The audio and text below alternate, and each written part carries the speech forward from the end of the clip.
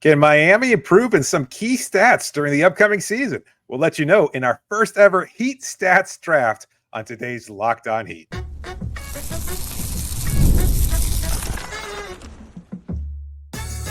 You are Locked On Heat, your daily Miami Heat podcast, part of the Locked On Podcast Network, your team every day. All right, welcome to Locked On Heat, your everyday podcast on the Miami Heat. Whether you're tuning in on YouTube, Odyssey, or your favorite podcast app, thanks for making Locked On Heat your first listen every day. I'm Wes Goldberg, editor at allyoucanheat.com, here with David Ramil, both of us credentialed Heat media members. The best way to support the show is to leave a 5-star rating and review on your podcast app and subscribe on YouTube. A reminder that today's episode is brought to you by Game Time. Download the Game Time app, create an account, use the code LOCKEDONNBA for $20 off your first purchase. Terms apply. Download Game Time today. What time is it? It's game time. We're doing something fun today, something new today. We've got our stat draft. Now, David, full disclosure, I stole this idea from our friends at Locked On Hornets, but I thought they did a great job. It sounded like a lot of fun, so we're going to do it here. The rules are simple.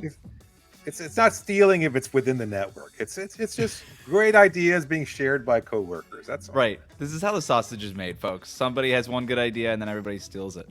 The rules are simple. You draft a Heat player's stat from last season, and whether or not that player will go over or under that number this upcoming season. So you're building your big board basically based on the confidence that you have in your projection, right? So the number one overall pick might not be Jimmy Butler's points per game, unless you feel very strongly that he's going to go over or under his point per game total from last season. So that's the gist of it. Two more things. You can repeat players. So you could pick any number of stats from any given player on the Heat's roster. You cannot repeat stat categories. So basically, you can't just pick point per game over-unders for everybody on the roster. That would be boring, and we don't want to do that. How's that all sound? That sounds fine. I actually also went team stats as well, not just individual player. Oh, okay. Then that's how we're going to do it. I have all individual player stats. So we've both built our big boards independently. We are ready to go. We have put a lot of prep work into this show. We did a coin flip before we started. David, I believe you have the results of that coin flip. Yes, it goes to you. You have the first pick in the 2024 Heat Stats Draft. So I think we have some sound effects here, and I think we've got a little prep here, and then let it roll. Let's see how it goes. So should we determine, we haven't talked about this, not snake draft. There's only two of us. I think we just take turns. Yeah. Right? Yeah. Okay. 2 picks per round. So this is a potentially a 10-round draft with at least 2 picks per round. We'll see. Yeah, we're gonna take as many as we can. Yeah, we'll see. We'll see what we can get to. We can also so I'm gonna pick somebody. I'm gonna say over under. You and I could sort of disagree on wow, you really think he's gonna go over? You really think he's gonna go under? It's a draft. People are gonna criticize you exactly right away as soon as you make that pick, whether or not they think you're accurate or wrong, or whether or not. Yeah, you just hope you end up with the Victor Wembanyama of stats and not the Anthony Bennett of stats, right? It would be fun to maybe return to this next summer and see how right we were. Oh yeah. Although chances of us actually doing that and following through are pretty low. But very maybe one of our listeners a year from now can remind us. Yeah, hold us to it and be like, you guys were dead wrong. Yeah, if we ended up wrong on everything, just that we won't do the episode. If we end up right on a lot of things, we'll probably do the episode. All right, my number one pick in the inaugural Miami Heat stat draft, I am going Bam Adebayo, 3-point field goal attempts per game at 0.6.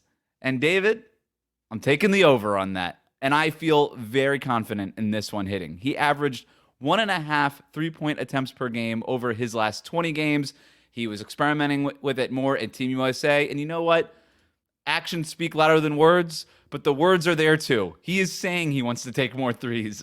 All of it is suggesting that Bam Adebayo is going to average more than 0.6 3-point attempts per game next year. I feel very confident in that. I would consider that a lock.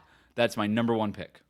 Yeah, this is the 2023 NBA draft. This is Victor Wembanyama and not whoever was picked in the 2024 NBA draft. It's not. There is a consensus. Zachary Rosier.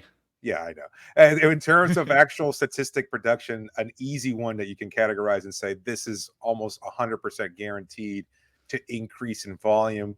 There's no way of knowing exactly. He might wind up averaging one shot per 82 game season, but at the same time, that's a significant increase from where he was, as you said, at 0.6. Despite the uptick at the end of the season, that took some time. Like he wasn't letting those fly early on. So it was only 0.6. To me, I looked at that right away. It was the first pick on my board as well. Oh, it was not. I was going to ask you. Yeah. It had to be, right?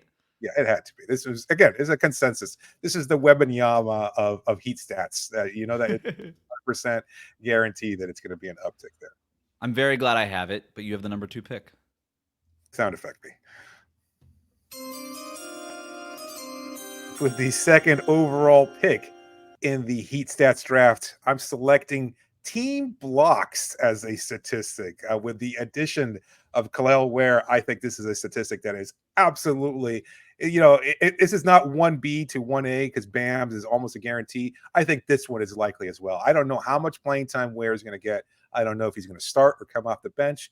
We don't know any of that. But having a legitimate 7-footer with his wingspan, his ability to block shots, and his tenacity, his timing, and everything he showed over some league, they were dead last season at just 3.4 blocks as a team per game. That has been the norm because they don't have a legitimate shot blocker. They haven't had one since Hassan Whiteside. And with Bam switching as often as he does, it's a smallish defense. I think everybody listening to the show is well aware of this.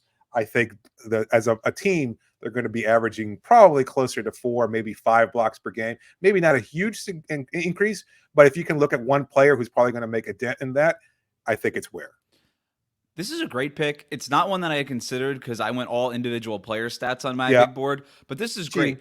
You mentioned that the Heat were last in blocks per game, and you were being nice because they were last by a mile. They were 56 total blocks. They had 56 total fewer blocks than the 29th team, the New York Knicks, in the league last year. This team, can you recall a blocked shot from last season? You can't really think of them. And I will bet you this number went down when Kyle Lowry left because he was kind of Miami's best shot blocker for the beginning of the season. Fake shots. Yeah, fake block shots where they're going up with a shot. Yeah, exactly.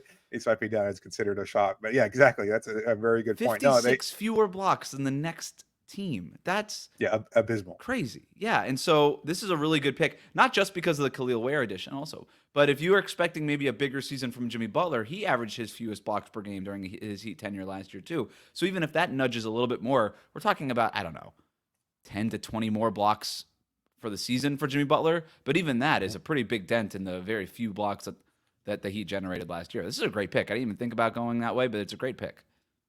Thank you. Let's move on in. I'm going with another one, which I think is a lock. I'm going Tyler Hero.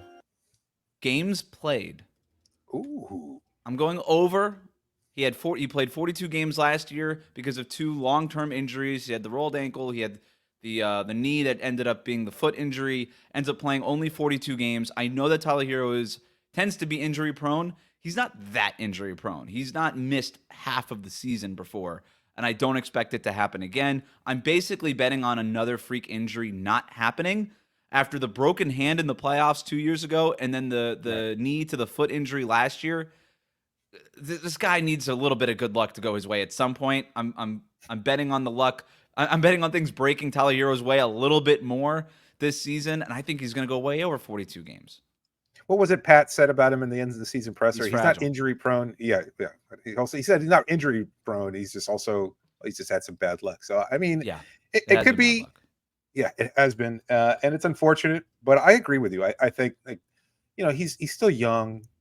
I don't know that he's fragile necessarily. That's a tough word, and Pat, never one to mince words in those end of the season pressers. But that had to have stuck in Tyler's craw. I wonder if he's using that as motivation when he looks at these off-season workouts and things that he needs to, he can't control that. Let's be honest with you. He can't do anything. But at the same time, you can put yourself in a position, you can work out as much as possible, you can strengthen yourself to the point where you try to avoid those kind of injuries from happening, and hopefully based on Instagram, he is getting stronger. We'll see what happens when we see him in person. But, also, he doesn't play like Russell Westbrook did in his prime, where he's just launching himself all over the floor and falling and all these things. I mean, they really have been. The guy dives for a loose ball, and then he's chasing another ball out of bounds when he hyperextends his knee, and that impacts the foot on the same leg. It was Bev. just freak injuries, right? It was just Pat Bev too. Pat Bev doesn't help either. All right, your One more next pick. I got a quick one. Yeah, it's good. It's No. an easy one. No. We gotta wait. Do it. Ah. We'll do it after the break. We'll do it after the break. Today's episode is brought to you by Game Time. They've got a new feature called Game Time Picks that makes getting tickets for your favorite live events even easier. Game Time Picks, filters out the fluff to show you only the incredible deals on great seats, so you don't have to waste time searching through thousands of tickets. It can be a real hassle. You just want to get those tickets. Sometimes when it comes to buying tickets, it's almost always like an impulse buy, right? Like, let's say you got time that you didn't know, or you're going to be traveling somewhere. You're like, you know what? Let's go check out this. Or maybe you're planning it well in advance. Either way, you don't want to deal with the time that it takes to sort through all these tickets. Game Time does it for you. They've also got their great all-in pricing. You don't have to worry about any hidden fees coming back to bite you later on in your purchase. You know exactly what you're paying right up front, and you can see exactly where you're going to be sitting with their seat views feature. So many great things to love about Game Time. So right now, take the guesswork out of buying tickets with Game Time. Download the Game Time app, create an account, and use the code LOCKEDONNBA, and you get $20 off your first purchase. Now, terms do apply, but you can create an account and redeem the code LOCKEDONNBA, and you get $20 off. Download Game Time today. What time is it? It's game time.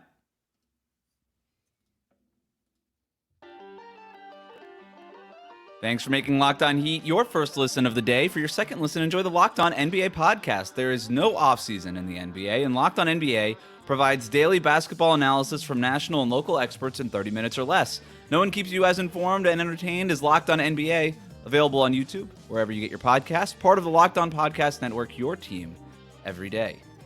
All right, your next pick. All right. A little anticlimactic after the break here, but I'm actually going with Jimmy's game played, and I'm taking the over on that from last year as well. I know that might be a little risky. I'm kind of using it as take a flyer and a high risk, high ceiling kind of player. Again, Jimmy Butler, if he plays more games than what we did last year, which isn't saying much, then he's going to be the kind of impactful level player that we expect him to be. So I'm taking the over on that. He'll play more than 60 games this season, and he'll revert back to his all-star status. Call me crazy, but I'm taking a chance on Jimmy Butler outperforming expectations this season. Maybe me and Brian Windhorst are the only ones, but we believe and contractually motivated Jimmy Butler to carry this team to great heights. It's not that I don't believe in it. It just seems a little high in the draft to pick Jimmy Butler. He played 60 games last year, 64 games the year before that. Even if he does go over the 60, it doesn't feel like he's going over by 10 games, right? And he might. He absolutely could. I'm not saying he won't, and I want to believe that he will, but this is pretty high in the draft for you to be banking on Jimmy Butler's availability. This is pretty risky for you. Maybe so, but I mean, this is the crux of the Miami Heat season. Like, this is what it all kind of comes down to. If Jimmy plays a lot, this team will be better than they were last year. If that's the case, then they have a potential to contend for a deep playoff run, let's say.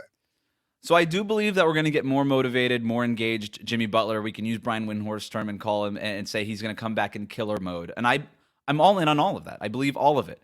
He's going to be 35 years old, right? Some things you just can't control with any amount of want to on the planet. But I am also going Jimmy Butler with my next pick. And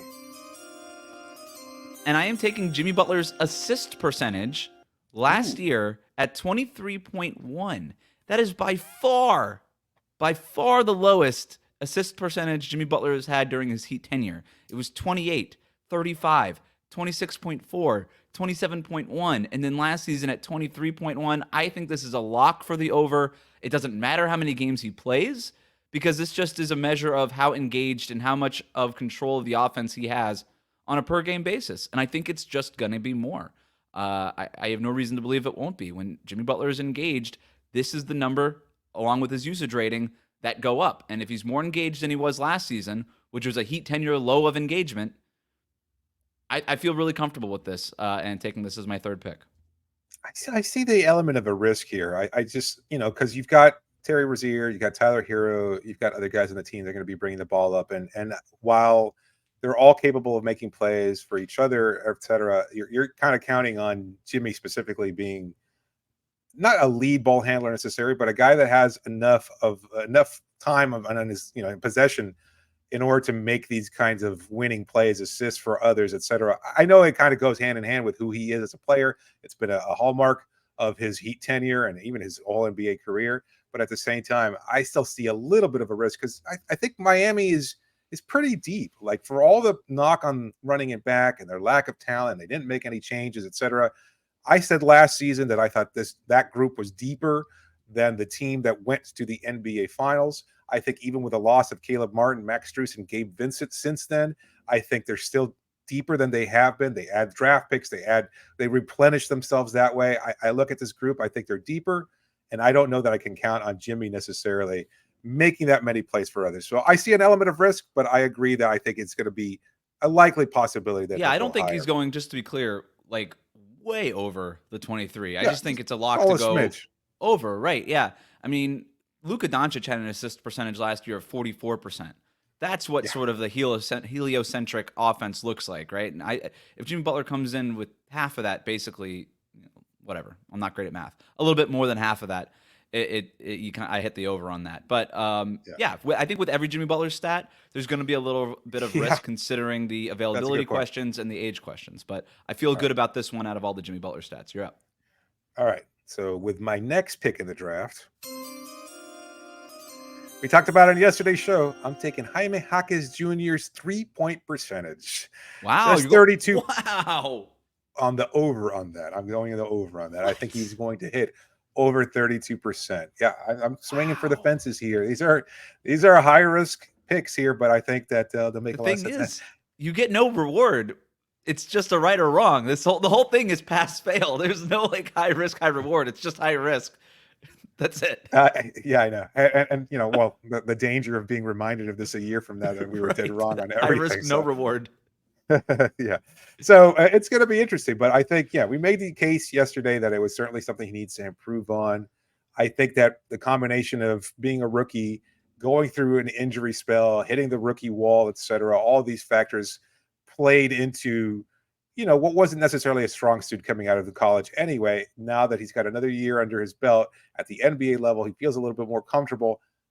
Again, to your point earlier, it doesn't have to be much over. If it's 33%, which isn't great, it's still better than it was last year.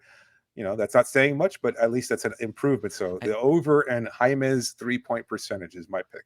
I love your strategy overall. Your big board is based on hope, right? Like you are the hope candidate in this debate, and I am more like the just playing it safe. Here's what I think is going to happen. Going analytics. I think this one will break this way. This one will break that way. And you're like, I really hope Jaime is better than a 32% shooter. He was a 32% 3-point shooter in college. He was a 32% 3-point shooter last year.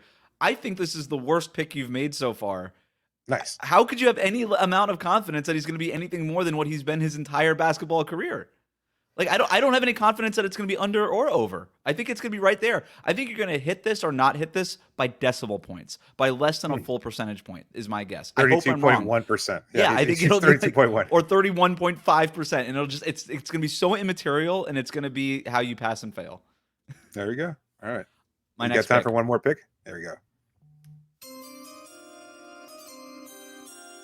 I'm going Bam. Adebayo again. You have no Bam picks, do you? Yes. Oh, you've made a Bam pick already? What'd you take from No, Bam? I haven't yet. No, not yet. Oh, No, okay. no, You have okay. So I already took Bam 3-point field goal attempts per game. I'm going Bam game high points this season. So it was season high in points. Last year it was 31, which was pretty low. He was over that in each of the previous 3 seasons. So I feel very confident that Bam will have more than 31 points in a game this season because he's only done it 3 out of the last 4 years. So I'm going Bam, game high points, 31. Give me the over. I'm also considering that one a lock.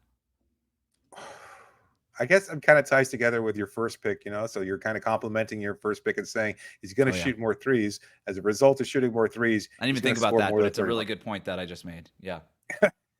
That you didn't intentionally make and still made anyway. Yeah, no, it does make sense. 31 points. It feels like there have been so few players aside from Jimmy's heroics and Tyler and Bam occasionally flirting with 30-point production. Like, when was the last time a Heat player in the regular season scored 40 points? Did it even happen at any point last I year? I think don't it know. happened. I think Did Tyler Tyler. have a I think 41-point game at some I think point? he Maybe did, just like in the barely. first couple of weeks of the season. I think he did. Yeah. Either way, it's not much. It doesn't happen all that often. I mean, this has been a refrain No, of he didn't. ours It's since. 35 Yeah. points. I mean, I can't recall even like anybody who's like not since LeBron, CB, Dwayne. Those guys all had the capacity to do it on a nightly Routinely. basis. Yeah. Yeah. Even Jimmy's This career, is Jimmy's season high last year was 37. I don't know yeah. anybody got 40.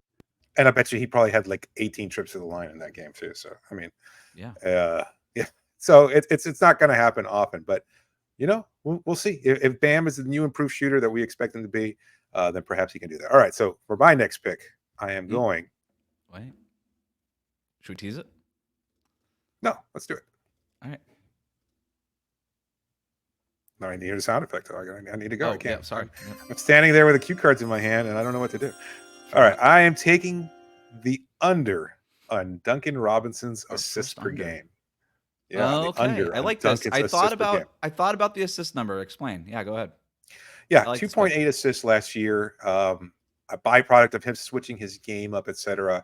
But I just think that even though Miami doesn't have a quote unquote point guard, I think they're going to stagger the rotation to such a degree where Duncan is not going to be asked to create so much off the dribble. And I think he's going to be relegated more towards his natural catch and shoot role, which is what he was, able to do, especially if he's sharing the floor with Ware. And maybe, again, this is too much pressure to kind of expect it, but both of them coming off the bench, at least as I see it, Ware kind of commanding attention in the low post. What does that do? Well, it traditionally has opened up the room for the space for shooters to kind of let it fly. That means Duncan doesn't have to put the ball down. That means Duncan doesn't have to create plays for others.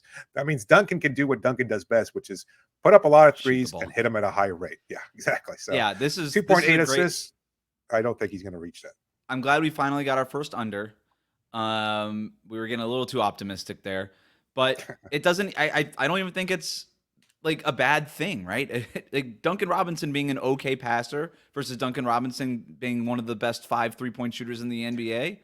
Give me Duncan Robinson shooting more threes and passing less, right? Right. A big part of this too was Tyler Hero missing as much time as he did. It thrust Duncan Robinson into more of that playmaking role. And if the Heat aren't as hurt as they were last year, then Duncan Robinson's just not going to have to do that stuff. He could still attack off the dribble. He could still kind of get into the lane a little bit more like he started doing last year. But I like the assist numbers coming down. I think that's a really good call. All right. I got another under. I think it's going to be my next pick. We'll talk about it next year on Locked On Heat.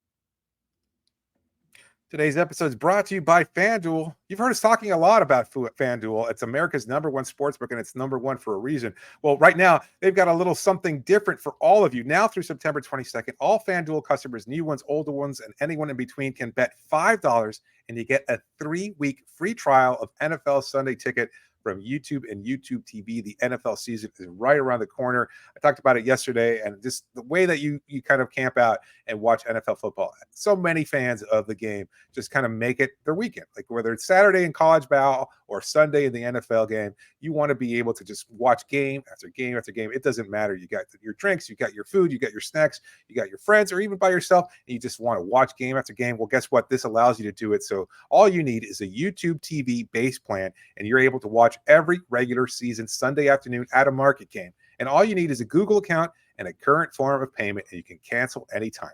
So just visit FanDuel.com/lockedon and download America's #1 sportsbook. We'll be right back.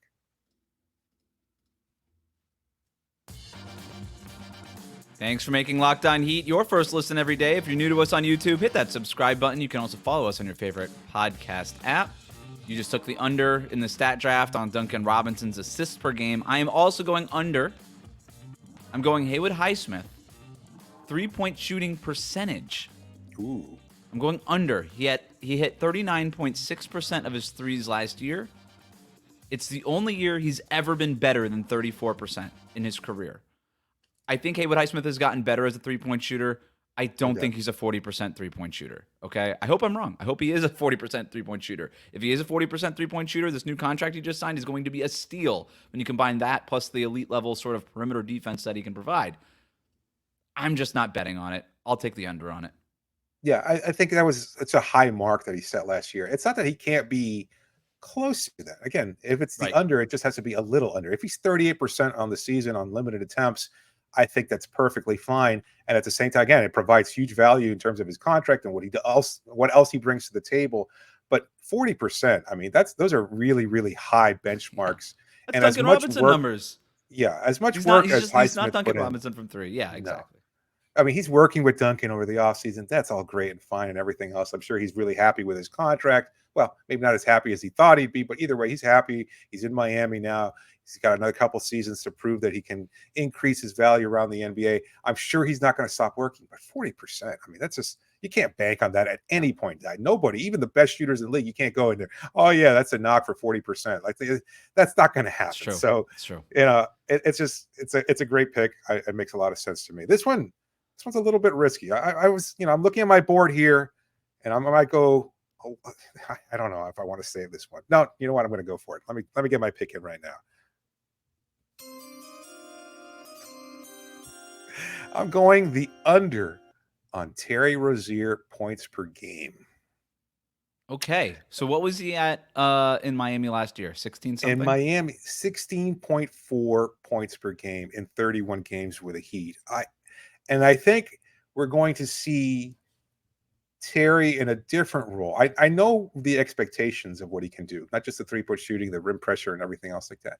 But I just think, again, my argument, or at least the way I kind of see this team, I think they're going to be deep enough. They're going to have a lot of players, a lot of guys to kind of share the ball. Again, everybody kind of looks at the loss of Martin and is like, oh, okay, this team's not as deep, it's not as good. I think they are as deep. I think they are as good. And I think you've got a lot of mouths to feed. And Terry, I think for the first time in a long time, has to kind of understand you're playing for actual stakes here, winning basketball, not just looter in a ride, not just go ahead and put up points in Charlotte the way that you did before. So I think he's going to have less points per game, but I also think he's going to be more effective overall. So I'd say, again, if he's 15.9%, 15.9 points per game on, let's say, 38% shooting from three, that's a great year, great production, whether he starts or comes off the bench. I think he's going to be thriving in his role, but he's not going to be as productive. So let's stick with Terry Rosier then. Ooh. So I shied away from almost every Terry Rozier stat because it was such a small. Yeah, it was such a small sample size. I'm like, I don't know, dude. I have no idea. And his role, maybe more than anybody's role in terms of like the main core players, is the hardest one to predict because we just haven't really seen it. That said, he got off to such a bad start, specifically with his 2-point shooting efficiency. I am going over on his 2-point shooting field goal efficiency. So Terry Rozier last year with the Heat, this is only his Heat stats, made 45.8% of his 2-pointers. He's a career 46.7% shooter from 2-point range. That's a pretty nice little gap. I feel pretty comfortable with that margin that I'm getting there. I'm going the over on Terry Rozier's 2-point field goal percentage. I like it. It's a great pick, smart pick. I think, going. I kind of think it's going to be a better year for him, even if it's not as gaudy production. All right, I'm going with Tyler Hero steals per game. Steals per game. Okay. Steals per game, and I'm taking the over. I'm taking the over on it. Again, I think. What was it last year? 0.7. It's dreadful. Like, he's not impactful in that sense. But again, maybe I'm wrong, and maybe I'm just envisioning this. But with where they're kind of guarding the middle and blocking shots and just clogging the paint to a certain degree, I think you'll see a lot more off-ball pass interference, the kind of breakaway dunks that we've seen from Jimmy Butler, where he breaks up the passing lanes. I think Tyler can't do that. He's an much improved help defender. That's not the problem. It's the one-on-one defense where he gets taken advantage of as somebody tries to body him up. That's not where he's going to get those steals. It's going to be on those kind of intercepted passes, and I think he's going to get that opportunity when he shares the floor alongside a guy like Ware. So I think that I'm going to see more possessions where he's going to be able to at least get a steal here or there, and I think it's going to be over 0.7 steals per game. I like the bet on Miami's defensive scheme changing a little bit versus what it's been last year. I think it's a great point. Tyler Hero has been at 0.7 steals per game, not just last season, but for his career. Right? Like, this is exactly where he's been. So But he's also He's getting never into played his with a shot physical blocker. prime, and he's got to go higher at some point. And so I really don't mind it. It is pretty risky, but I like the high risk, no reward pick here. Speaking of steals per game, I'm going Jimmy Butler steals per game.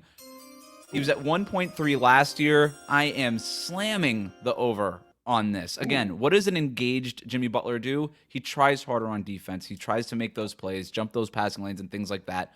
1.3 steals per game last year was his Heat 10-year low. Mm-hmm. We're talking about a guy who averaged 1.8, 2.1, 1.6, and 1.8 the 4 previous seasons. He's usually hovering around 2. Last year, he was closer to 1. I mean, he should be doubling this rate or close to it. So I feel pretty strongly about that. Even if Jimmy Butler, again, I am not betting on how many games or his availability, but I like his level of engagement more on a per-game basis.